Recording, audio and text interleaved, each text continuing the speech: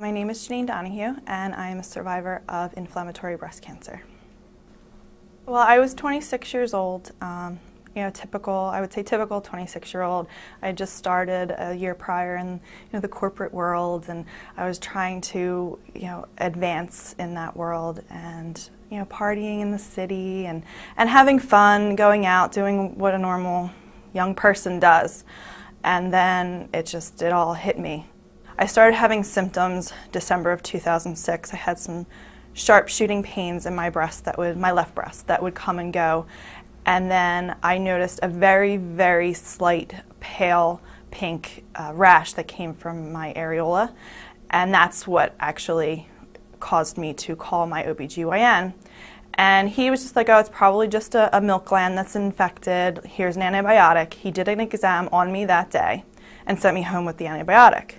For some strange reason, when I went to bed that night, I felt underneath my armpit and felt another lump. The surgeon looked at it and also noticed another lump that came from the rash and said, I want to biopsy both just to be cautious, although you're too young. It's nothing. Don't worry about it.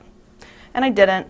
And even the day of the surgery, she came out and she said, looks fine. It's nothing. She actually said it looks benign. And my mom and I kind of were like, that's kind of weird.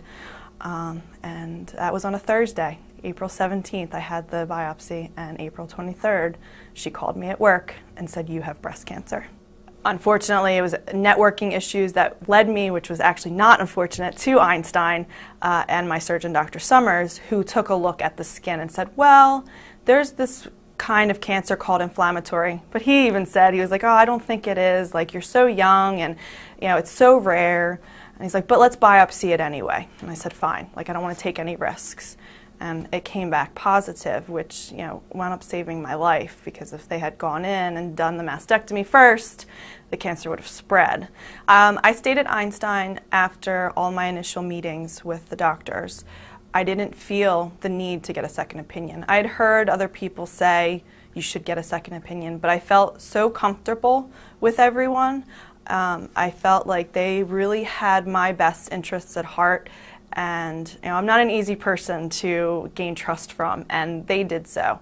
And they also did so of my parents, who were with me the entire time. Having a 26-year-old daughter, you can assume that your parents are going to want to be a part of it, and they were my second set of ears, and they agreed with me on every step of the way that Einstein was the place for me. I felt like a number-one priority. Even though they had so many other patients, I kind of felt like their baby sometimes. Like, they just took care of me, and everyone knew who I was when I walked in. They always greeted me by my name, even if I didn't know theirs.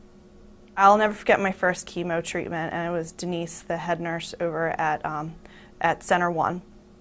And she was just made me so relaxed. My biggest challenge, which may sound superficial, was my hair loss. My hair was about the same length it is now when I was diagnosed, and I was basically didn't want to deal with it. It was like, I'm not going to lose it, it's not going to happen. And they very gently talked me into with pamphlets and again, Denise and Marianne and Pat, and they were just like, just look into it. You don't have to do it right now. Very easing me into it, because I was just, nope, not happening. And right on schedule, as they said, it would happen, literally to the day. My hair started falling out. But I was prepared. Even though I was saying no, no, no, no, I still in the back of my head knew it was going to happen, because they were preparing me. They got me in touch with a social worker. They got me in touch with other organizations so that I could reach out and talk to people and find the things I needed, the wigs, the scarves, and so on.